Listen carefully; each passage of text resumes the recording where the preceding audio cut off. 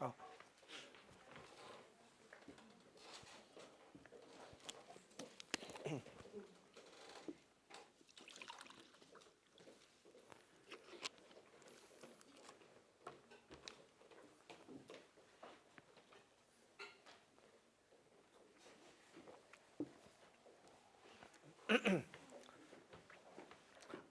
제가 여러분에게 그 나눠준 자료 있잖아요.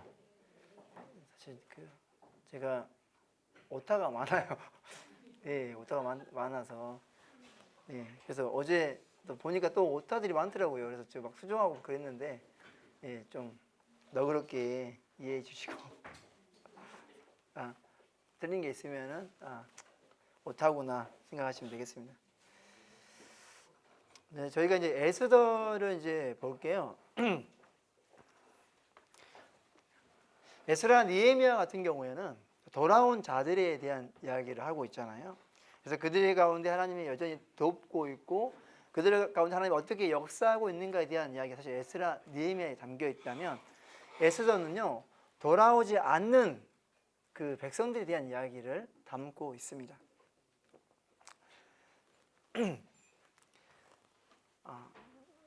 돌아간 자와 돌아가지 않는 자에 대한 이야기가 사실은 느낌이 다르죠. 여러분, 그 예레미야 예언처럼 하면 그들은 하나님이 말씀하셨고 언약에 순종으로 간다면 반드시 다 돌아가야 돼요. 근데 돌아가지 않은 것이죠. 제가 제주에서 7년 살았다 했잖아요. 근데요, 제가 목포에서 30년 살았었거든요. 근데도 여기 제주 이사 와가지고 7년 살고 다시 목포 가려고 하니까요, 가기 쉽지 않아요.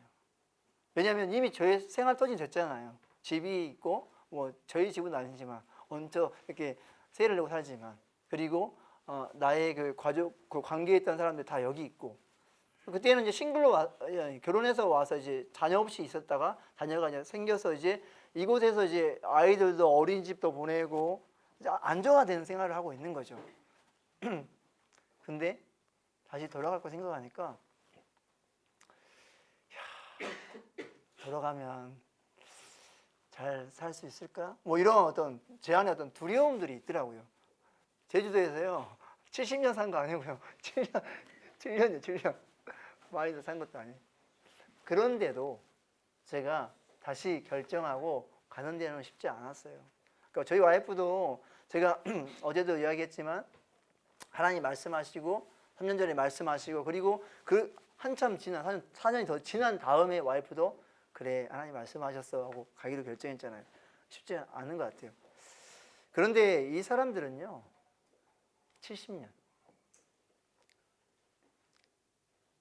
70년이면요 예, 두 세대잖아요. 한 세대가 40년을 보니까. 그러니까 이 세대가 지나가면서 이제 집도 있고 자녀도 크고 손주도 있고 그러면서 모든 생활 터전에 있는 사람들인 것이죠. 근데 돌아온 사람들은 정말 대단한 거예요. 돌아왔을 때 그들이 하고 싶었던 것 하나는 하나님의 성전에서 온전하게 예배하겠다. 그렇게 돌아온 사람들이 우리 예스라엘 니에미야 봤잖아요. 진짜 과간이었잖아요. 근데 그러면 여기 있었던 사람들은 어땠을까요? 돌아온 사람들조차도 그렇게 하나님 붙잡은다고 왔던 사람들조차도 또 넘어지고 실패하고 낙담하고, 대적들이 조금만 와도 그 대적과 손을 잡으려고 하고, 실제로 느헤미야 13장 4절부터 13절부터 제사장이 어떻게 합니까? 대적과 손 잡았잖아요. 그래서 자기의 딸을 주었잖아요. 실제인 거예요. 온국자의 상황이었습니다. 그런데 돌아오지 않은 자들, 어떤 상황이었을까요? 어마어마한 페르시아, 그리고 가장 강대국인 나라에서 자기네들의 모습은 그죠? 소수. 그 당시에는 그 왕의 말 한마디가 법이잖아요. 그래서 말 한마디만 잘못 흘러나와도 모든 민족이 말살될 수 있는 그런 때에 살고 있는 사람들이에요. 그런데 그 에스더에서 살고 있는 그 사람들의 상황 자체가 계속해서 전쟁이 있고 반란이 있고, 그리고 페르시아가 계속해서 승승장구했냐? 아니요. 어느 때부터 계속 지기 시작하는 거예요. 그러면 소수민족으로서 어떤 마음이 들까요? 질 때마다 이게 불똥이 자기네에게 튀는 거 아니야? 그런 두려움이 있지 않을까요? 모르겠어요. 저희는 그렇게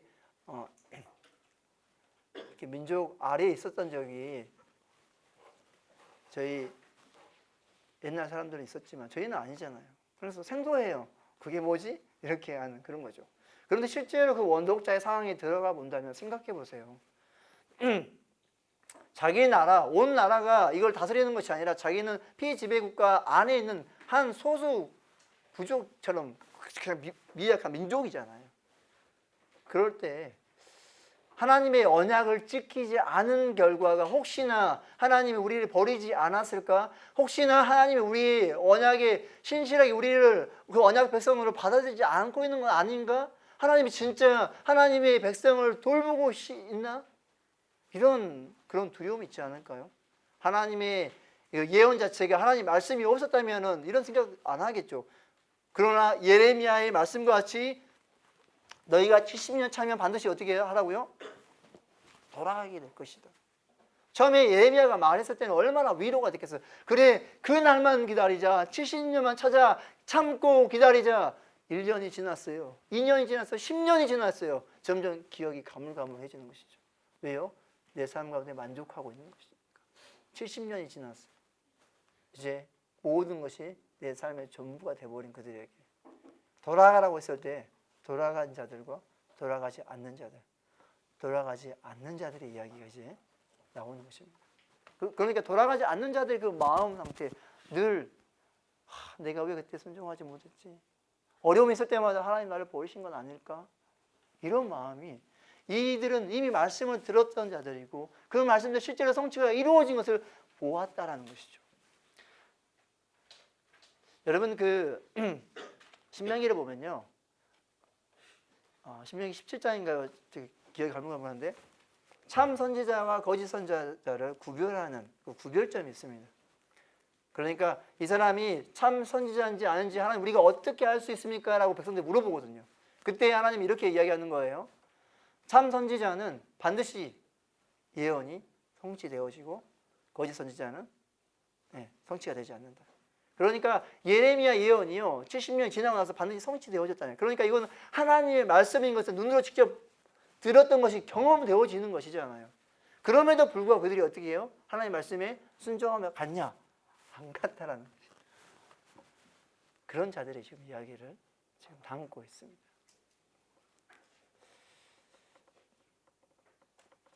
저하고 친한 동생이 있어요. 정말 친하고 저와 함께 또 교회에서 어릴 때부터 같이 친하게 지냈고 1살 어리거든요. 그리고 저와 같이 신학을 했고 공부도 같이 했고 그래서 이제 하나님의 일을 부르심을 받아서 정말 둘이 짝짝꿍이었어요. 저는 약간 일을 막 이렇게 막 저지르는 스타일이면 그 친구는 뒤에서 다 수습하는. 그래서 제가 저는 막 나가거든요. 그러면 그 일이 막 진행은 돼요. 근데 이 세밀한 건 제가 잘 못 보거든요. 그것을 다 아는. 그래서 짝짝꿍 잘 맞아서 나중에 그 친구가 저희 고백하더라고요. 참 형하고 일하는 게 힘들었어. 그렇게 이야기했었어요. 근데 그 친구가 같이 사역을 하고 가다가 이제 전도사가 될 때쯤에 집에 일이 터졌어요. 부모님 암에 걸리셨고 집안을 챙길 사람이 없었습니다. 그래서 그가 선택한 게 뭐였냐면요. 사역 내려놓고 다시 일자리로 갔어요. 그 친구는 엘리트였어요. 공부도 너무 잘했고 서울대 국립대학교 미술학과에 진학해서 정말 앞이 창창했었는데 그거 내려놓고 신학을 결정했던 친구거든요. 그런데 이제 다시 집안이 어려워지니까 그걸 내려놓고 집에 일을 위해서 갔던 친구. 그 친구는 이제 늘 제가 목포 갈 때마다 만나거든요. 만날 때마다 그 안에 자기가 하나님을 하지 못했다라는 그 마음이 늘 상처처럼 있는 친구예요. 내가 그때 그냥 하나님 붙들고 그냥 나갔어야 되지 않나? 늘 저에게 그런 얘기를 해요. 제가 무슨 말 하겠어요. 너의 선택이 하나님이 선택한 초이스다. 그러니까 그가 하나님의 말씀하셨을 때 분명히 부르심을 받았고 그것에 순종하며 나아가다가 어떤 어려움이 닥쳤을 때 그걸 포기한 그것 때문에 지금까지도 만나면 그 친구는요 늘 그 아픔이 있더라고. 저는 이 원독자의 그 아픔 자체가 그런 아픔이 같이 있지 않나라는 생각을 해요. 그러니까 하나님이 말씀하셨고 그 말씀 성취를 본 자들이고 반드시 돌아와야 되는 자들인데 돌아오지 않았어요. 그러면 무엇이 근거가 흔들릴까요? 하나님이 진짜 나를 돌보고 계실까? 우리는 진짜 하나님 언약 백성일까? 라는 그런 그 마음이 당연히 근간 안에서 흔들릴 수밖에 없는 그들의 이야기가 있다라는 것이죠. 그 상태가 우리가 이렇게 쑥 들어가야만이 에스더가 더 잘 이해됩니다. 에스더 안에서의 저자는요, 유대적 입장에서 기록한 것 같아요. 주인공은 여러분 보시면 알겠지만, 모르드야하고 에스더, 그리고 왕의 궁중 일기를 볼 수 있는 위치에 있는 사람이었던 것 같아요. 그리고 모르드게와 에스더의 비밀이라는 이야기를 아는 사람인 것이죠. 그래서 저는 여러 외정을 통해서 본 결과 그냥 모르드게가 저자다라고 저는 결론을 짓습니다. 언제 기록되어졌는가라고 했을 때 본문 안에서 나와 있는 그 연도 자체를 볼 때 하만의 음모와 불임절의 이야기 그 이후의 이야기니까 473년 이후에 기록된 것이죠. 원독자의 상황 자체는 페르시아 제국에 정착하여 살고 있고요. 그리고 이제 그 제국의 많은 반란으로 인해서 정치적 불안감이 있었어요. 그러니까 페르시아가 1, 2차전에서 그 다리오가 패배하고 나서 3, 4차전을 이제 준비하는 게 이제 그 에스더에 나와 있는 그 이야기거든요. 근데 결국 에스더 2장에 보면은 이제 그들이 패배한 이야기가 사실 담겨 있어요. 그러니까 이 제국에 대한 어떤 이야기가 어떻게 흘러가냐면은 그게 상황이 불안한 상태에 있었다는 것이죠. 그러니까 제국이 계속 승전하면요, 그 안에 있는 사람들도요 불안하지 않아요.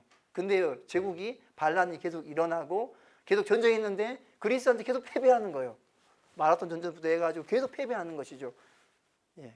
그리고 실제로 이 아하스와 왕, 이 크세르크스 이 왕 자체가 이 3, 4차전 페르시아 전쟁을 할 때 여러분 그 영화 잘 아시잖아요. 300. 그리고 살라메스 예전. 영화 보셨어요? 안 보셨구나. 저는 봤습니다. 여러분 나중에 봐보세요. 그러니까 전쟁을 할 때마다 어떻게 하냐면요, 대패를 하게 되는 것이죠.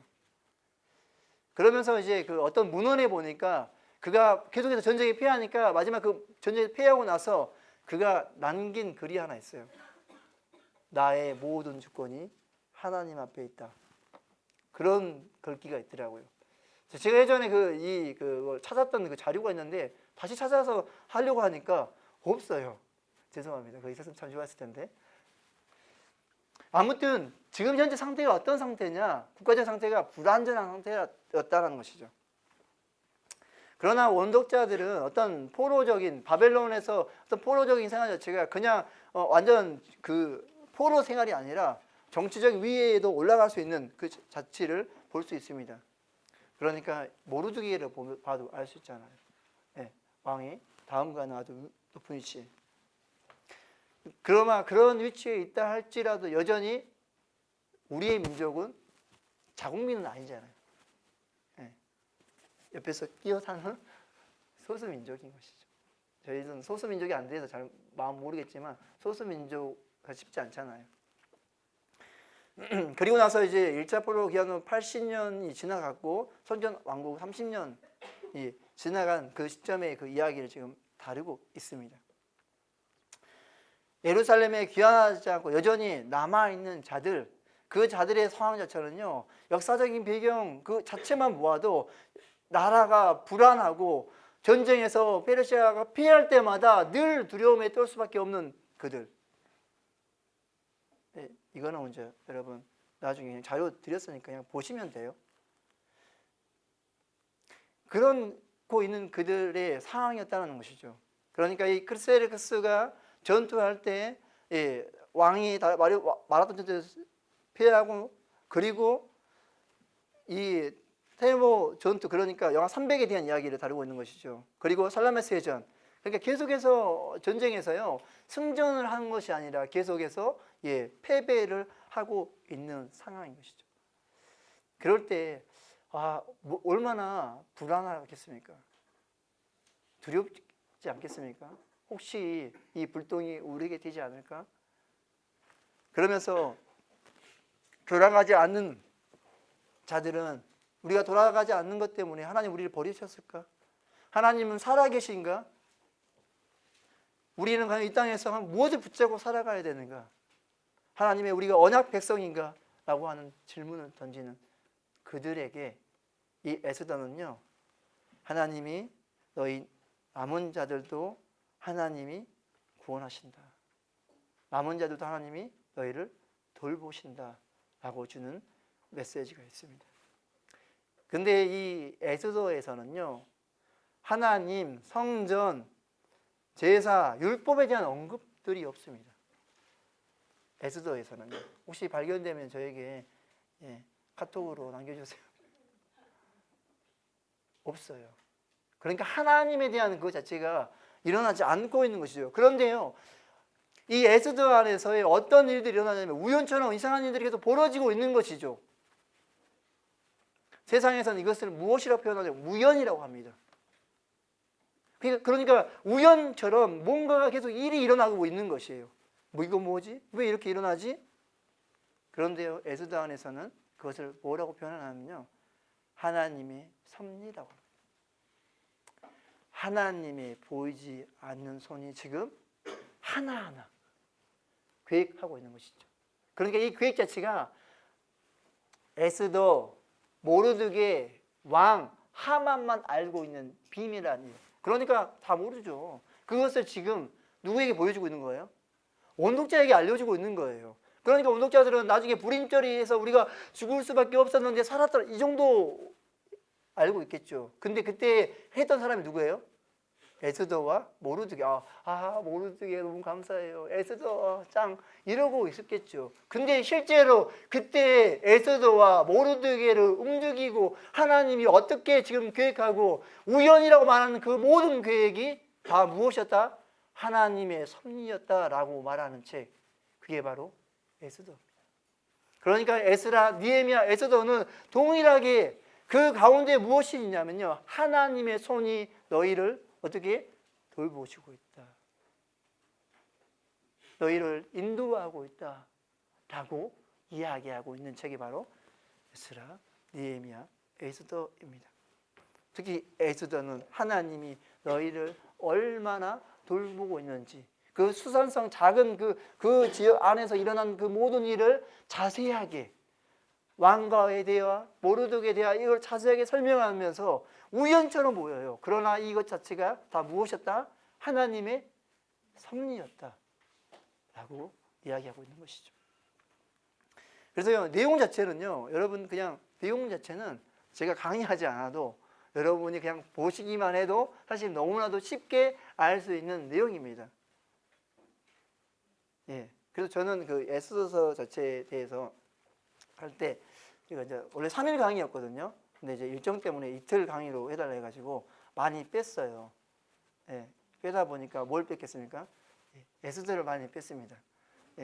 그래서 여러분 혹시 더 자세히 알고 싶으신 분들은 나중에 SBS 가셔가지고 에스더서를 한번 공부해 보시면 너무 좋을 것 같습니다. 그래서 제가 중요한 건 다 다르니까요. 그러니까 이 본문 안에서의 아주 중요한 메시지 키가 무엇이냐면요, 하나님에 대한 언급이 아무 나오지 않고 있지만 이런 사건들을 통해서 보여주는 메시지는 다른 것이 아니라 하나님이 진짜 우리를 돕고 있는가? 하나님 우리를 보호하고 있는가? 하나님 우리 언약 백성인가? 그래, 너희는 하나님 언약 백성이고 맞다라고 얘기하는 것이고, 그러면서 하나님의 그 섭리, 우연처럼 보이는 모든 일이 다 무엇이었었다?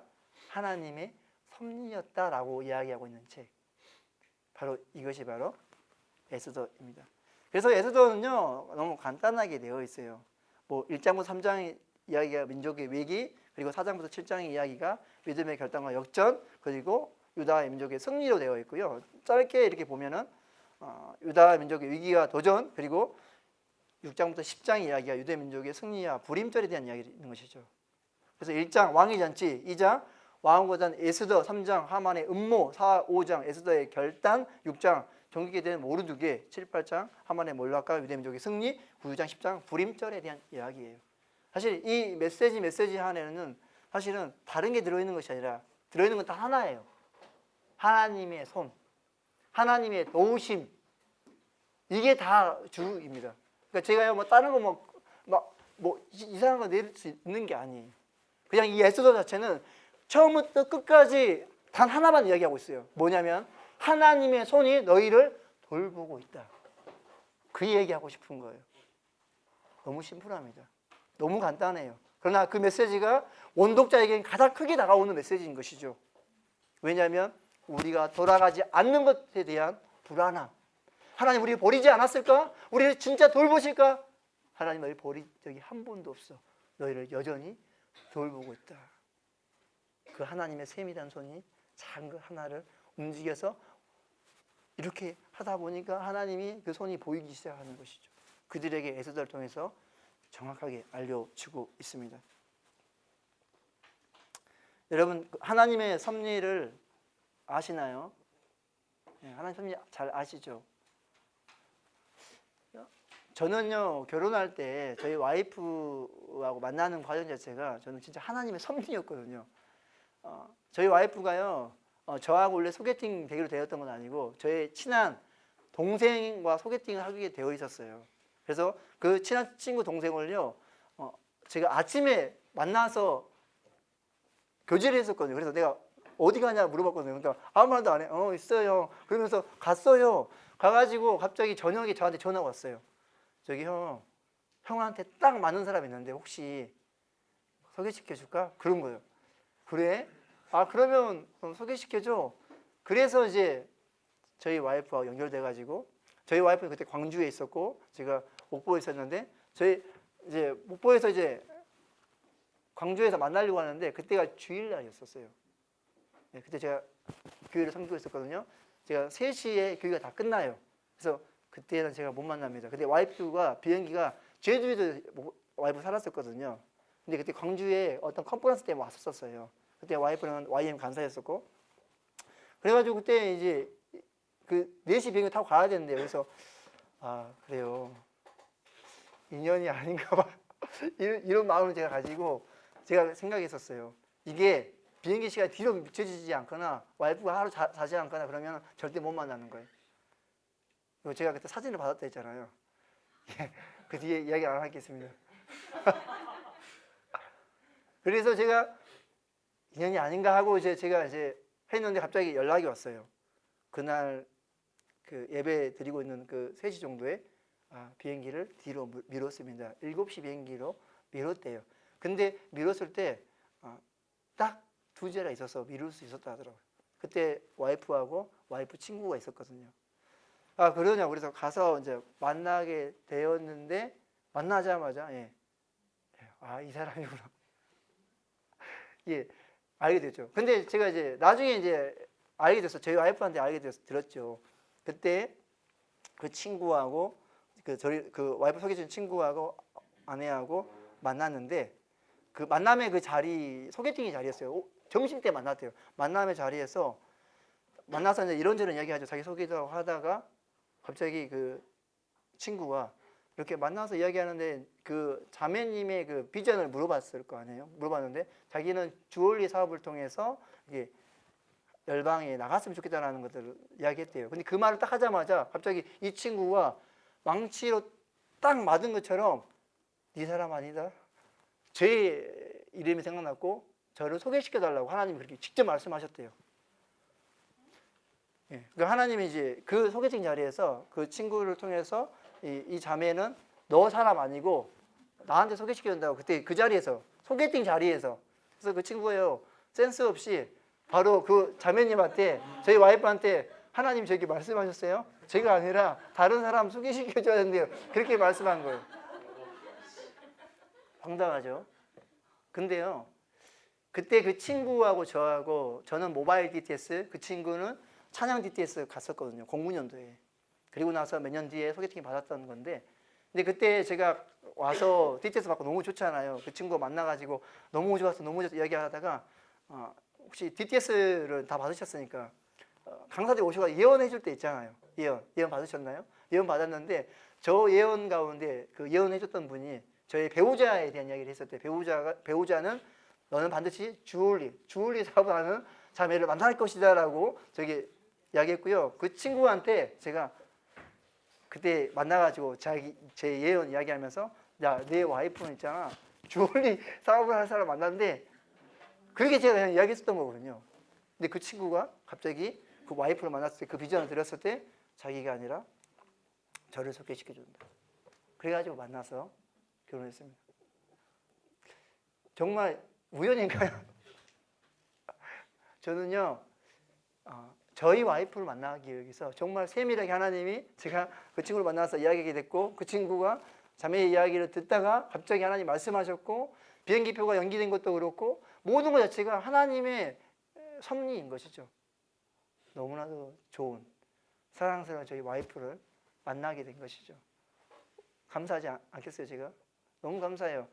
제 평생에 이런 사람과 다시 결혼해야 된다.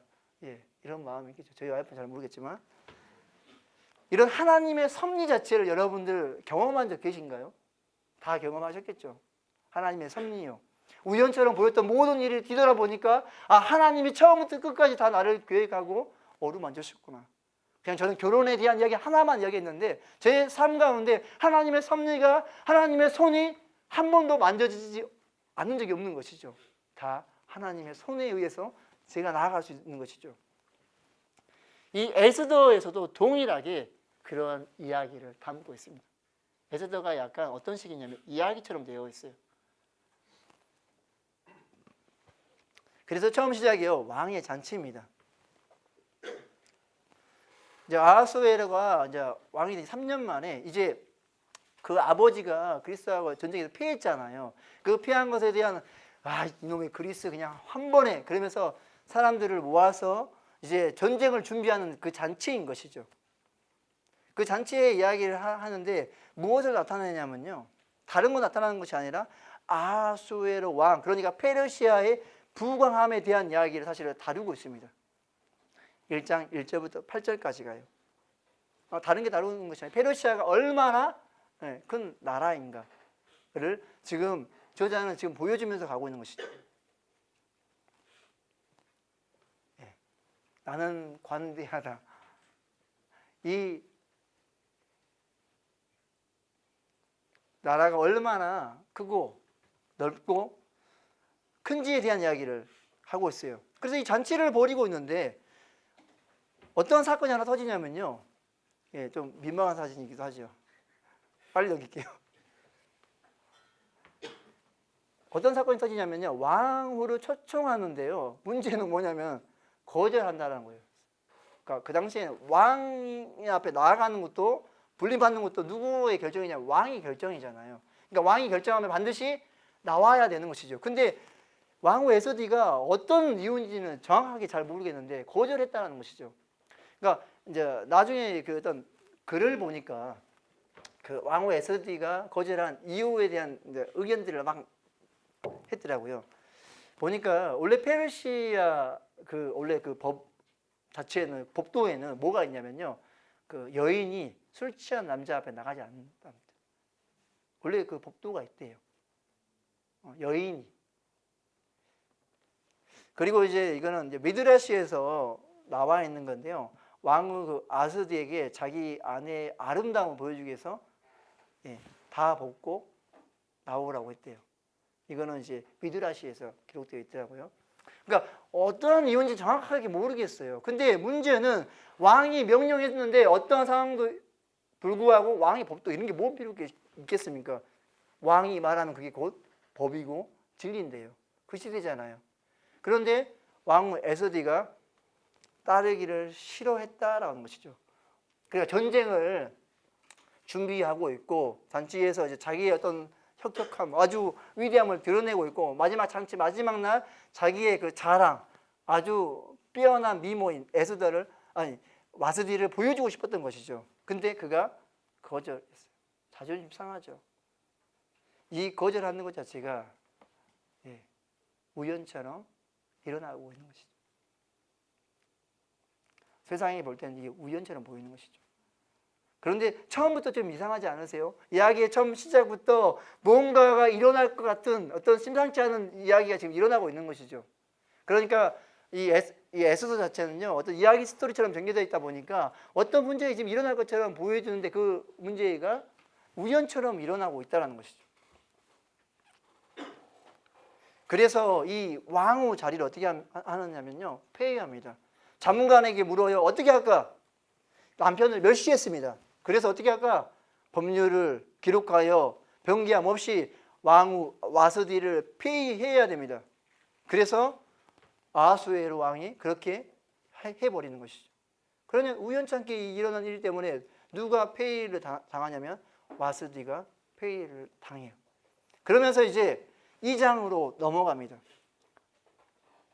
그러니까 2장과 1장과 2장은요, 연수의 차이가 4년 차이가 있어요. 그러니까 이미 전쟁을 하고 다음의 이야기인 것이죠.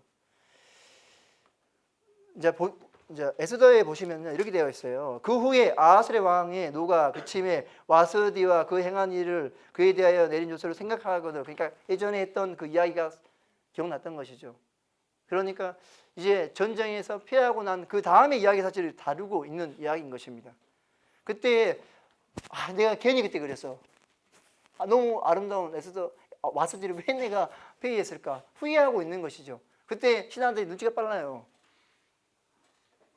그러면 빨리 조서를 쓰시죠. 왕의 눈에 아름다운 처녀를 왕으로 삼으셔서, 그러니까 와스디보다 더 예쁜 여자를 골라가지고 왕으로 삼으라는 것이죠. 이런 일이 있겠습니까? 사실은 있을 수 없는 일이잖아요. 근데 이제 이것을 이제 추천하는 것이죠.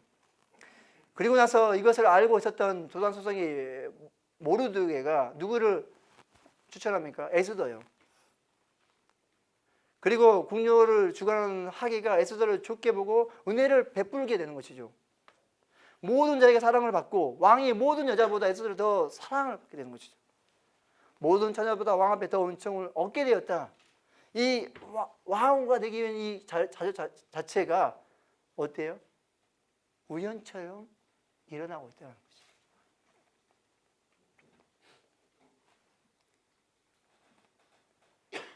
그리고 10절에서는요 이렇게 되어 있어요. 민족과 종족들의 이야기를 하지 말고 이는 모르드게가 명령하여 말하지 말라라고 하는 것이죠. 그러니까 이제 자기의 출신을 이야기하지 않고 이제 그곳에 들어가서 왕한테 이쁨을 받게 되는 것이죠. 그리고 또 이 사건 자체에 또 하나가 어떤 게 있냐면요, 모르드게가 왕의 목숨을 구호하는 그런 일이 일어납니다. 그러니까 그 빅단과 데레스 암살의 음모를 알게 돼서 그것을 어떻게 해요? 모르드게가 그것에 대해서 해결할 수 있는 그것을 일어나는 거죠. 그래서 이 일에 궁중일기에 기록되게 되는 것이죠. 그러니까 자, 왕은 몰라요. 근데 이것이 어디에요? 궁중일기에 기록되어 있는 것이죠. 이게 우연처럼 계속해서 일어나고 있다는 것이죠. 그러니까 이 이야기 스토리 안에서 계속해서 무엇이 일어나고 있습니까? 우연처럼 지금 뭔가가 지금 일어나고 있는 일들이 계속해서 전반부에 일어나고 있다는 것이에요. 그리고 3장에는 하만의 음모가 일어납니다. 하만의 음모가 뭐였나요?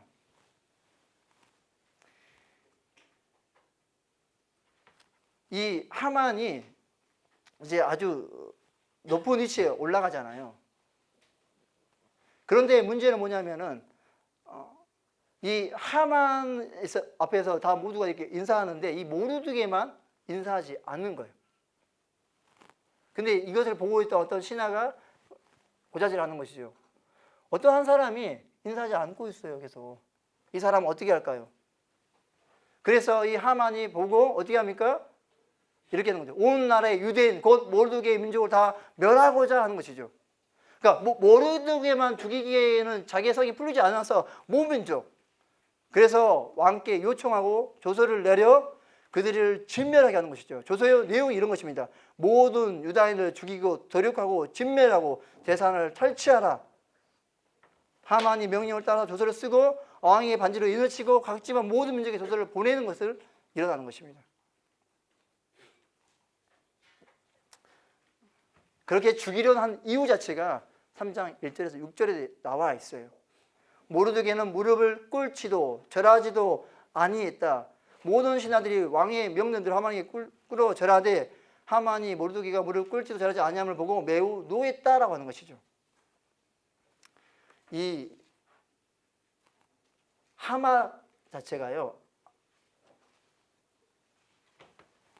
신명기 말씀해 보면요, 아말렉의 족속이거든요. 그러니까 이 아각, 그 하만 자체 아말렉의 사람이고 모르드게는 베냐민 지파의 족속인 것이죠. 그러니까 하나님 말씀해 보면 이 명족, 이 아말렉 족속을 진멸을 해야 되는 사람이 있는 사람이 누구냐면은 바로 모르드게, 그러니까 유대인 베냐민 지파의 사람이 그 하만 족속 멸해야 되는데 반대로 역전된 상황이 바로 3장 하만의 음모 안에 들어가 있는 것입니다. 그러니까 이 아말렉 사람이 지금 누구를 죽이려고 해요? 유대인의 사람, 그리고 베냐민 지파의 사람, 이 모르드게를 죽이려고 하는 장면이 있는 것이죠. 신명기 25장 17절부터 19절에서 이렇게 되어 있습니다. 너희는 애굽에서 나오는 길에 아말렉이 내게 행한 일을 기억하라. 곧 그들이 너를 길에서 만나 내가 피곤할 때 내 뒤에 떨어진 약한 자들을 쳤고 하나님을 두려워하지 아니하느니라. 그러므로 내 하나님 여호와께서 내게 기업을 주어 차지하게 하시는 땅에서 내 하나님 여호와께서 사방에 있는 모든 적군으로부터 내게 안식을 주실 때 너는 천하의 아말렉에 대한 기업을 지어버리라. 너는 잊지 말지니라 라고 하는 것이죠. 그러니까 이 아말렉에 대해서 반드시 어떻게 지어버리라. 근데 그 아말렉이 다시 누구를요? 하나님의 백성인 이 유대 백성을 다 죽이려고 하는 것이죠. 그 이유가 무엇이에요? 무릎을 꿇지 않았기 때문에. 그러니까 하만 그 모르드게 왜 무릎을 꿇지 않았을까요? 모르드게는 하나님의 말씀을 정확하게 알고 있었고 이 신명기 25장 17절에 19절 말씀 아말렉 이 족속에게 절대 고개를 숙이지 않는 것이죠. 왜요? 신명기 말씀 가운데 그렇게 기록되어 있으니까요. 그런데 그렇게 하지 않았을 때 아하수에르 왕 제12년 첫째 달 곧 니산월에 무리가 하만 앞에서 날과 달과 대하여 불이 곧 제비를 뽑아 12째 곧 아달을 얻은지라. 아하수에르 제20년 12월 13일. 그러니까 이제 이 사람을 죽이로 결정한 그 날인 것이죠. 누구를 죽이기 위한? 유대인들과 모르드게를 죽이기 위한 날. 제비를 뽑은 그 날 자체에 대한 이야기를 하는 것이죠.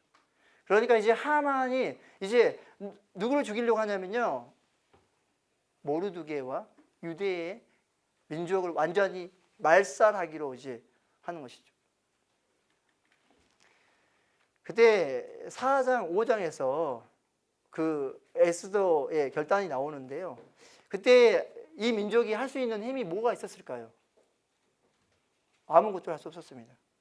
정말 아무것도 할 수 없었어요. 그래서 그들이 무엇을 하냐면요, 금식하고 옷을 찢고 그 베옷을 입고 죄를 뒤집어 쓰고 성중이 나아가 대성통곡하고 왕 에스더 왕에게 나아가 민족을 위해 강구할 것을, 또 왕이 에스더를 불러줘야 함을. 근데 문제는요, 불러줘야 나가서 강구하잖아요. 근데 문제는 30일 동안 부르지 않았다고 하는 것이죠. 왕이 금규를 내밀어야 가능한데, 그러니까 야 와라 해야 갈 수 있는데 지금 이미 에스더를 안 부른 지가 30일이 넘었잖아요. 그러면 왕의 규례를 어기고 나아가야 되는 것이죠.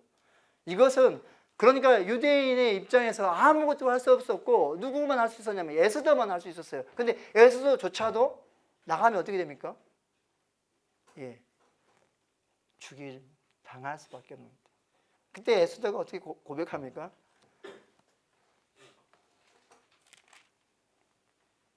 우리 다 같이 4장 16절 한번 읽어볼까요? 찾으셨으면 4장 16절 시작.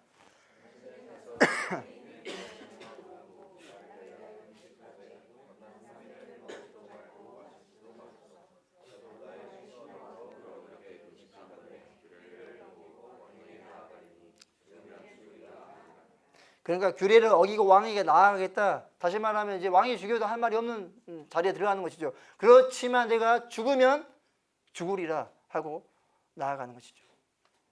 이 고백과 함께 이제 무엇이 일어나냐면요, 하나님의 섭리, 그러니까 계속해서 우연처럼 보였던 것들이 이제 실제로 드러나기 시작하는 것이죠. 제3일에 왕후 에스더가 매우 사랑스러움으로 금규를 그에게 내미니 왕후 에스더여 그대의 소원이 무엇이냐 나라의 절반이라도 주겠다. 다시 왕후가 요청한 것은 다시 한번 오십시오 라고 하는 요청만 하는 것이죠. 다시 당신을 청할 테니까 그때 오시고 하만을 위하여 베푸자치를 하만도 함께 오라고 얘기하는 것이죠. 그러니까 그때 그 자리에서 바로 이제 이야기하진 않았고 이제 다시 한번 왕을 초청하는 것이죠. 그러니까 이제 이것에 대한 이야기를 하만이 들었잖아요. 하만이 얼마나 기분 좋아요. 왕후 에스더가 나를 초청해서 자기를 이제 아주 위대함을 드러내고 있는 것이죠. 얼마나 교만합니까?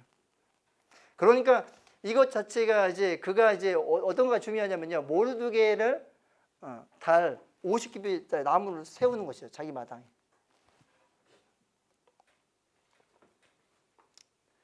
그러니까 이게 어떤 하나님의 우연처럼 보였던 것이 이제 하나님의 섭리로 이제 계속해서 보여주고 있는 것이죠. 그리고 나서 이제 6장에 종기되는 모르드게에 대한 이야기가 나오는데요. 하나님의 섭리가 이제 나옵니다. 그날 밤에요. 왕이 잠이 오지 않았어요. 그날따라도 잠이 안 왔대요. 잠이 안 와가지고 이렇게 이야기하는 것이죠. 왕이 잠이 오지 않아 역대일기를 가져다가 읽힌 것이죠. 그리고 아하스의 왕 암살 사건에 대한 기록을 읽게 되는 것이고 모르드게의 종기와 간직을 베풀지 아니함을 알게 되었다라는 것이죠. 그래서 그날 잠이 안 와가지고 심심한데 그냥 역대일기를 좀 봤으면 좋겠다 해서 봤는데 자기를 그 암살해서 자기를 보호했던 그 이야기가 있는 것이죠. 그래서 이제 왕이 물어보는 나 말고 나 다음으로 존경할 자, 그러니까 높은 사람 누구냐 했을 때 그 높은 사람이 누굽니까? 그 다음 하만의 이제 그래서 그것에 대한 이야기를 하는 것이 왕이 입으시는 왕복 머리에서는 왕과 다시는 말을 태워 신하 중 가장 존귀한 자에게 맡겨 그를 말을 태워 성중에 다니며 반포하고 왕이 존귀하게 하시기를 원하시는 사람에게는 이같이 할 것이라. 그러니까 이제 왕이 다음 존귀된 사람이 이제 누구를요? 모르드게를 이제 높여주는 역할을 그에게 감당하는 것이죠. 그때 하만의 굴욕이 나타납니다. 모르드게를 지금 죽이려고 하고 있잖아요. 근데 모르드게를 왕가를 입히고 말을 태워서 다니면서 그를 높여주는 것이죠. 그러면서 13절에 이렇게 되어 있습니다. 우리 6장 13절 한번 다 같이 한번 읽어볼까요?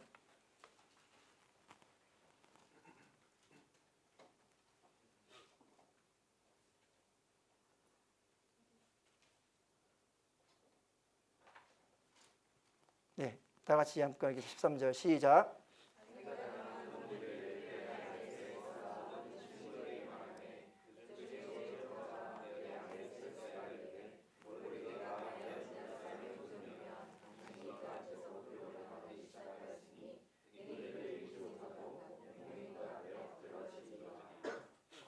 그러니까 그를 이기지 못하고 그 앞에 엎드러지게 될 것이다. 그러니까 하만 앞에서 5장에서 자기가 초청받은 것에 대해서 자기의 드러난 것에서 늘 이렇게 높였었잖아요. 근데 문제는 이제 어떻게 되는 것입니까? 하만의 굴욕이 일어나는 것이죠. 근데 그 가운데 그 앞에 구절이 무엇이냐면요. 갑자기 왕이 잠을 자는데 잠이 오지 않았어요.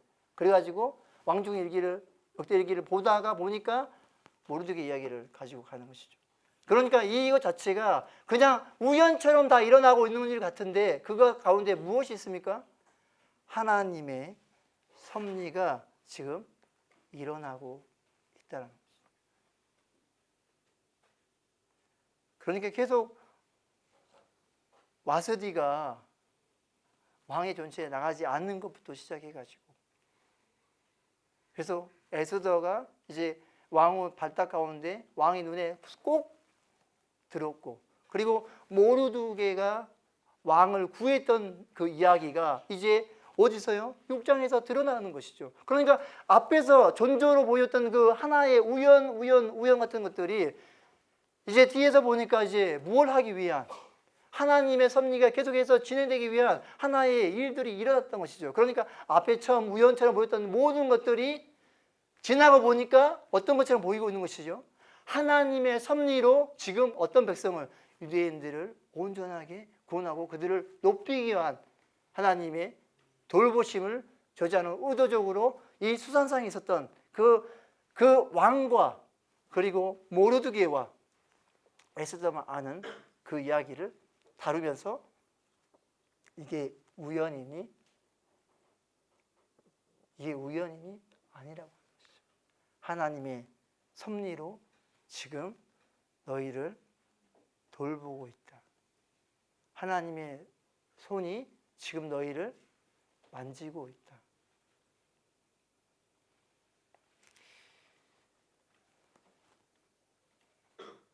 그렇게 지금 계속해서 이 이야기 스토리 전개 안에서, 이 6장까지 이야기 안에서 그렇게 정말 작은 일 하나하나가 우연처럼 보였던 일들이 하나님의 섭리였고 하나님의 계획이었다라고 지금 보여주고 있는 것입니다.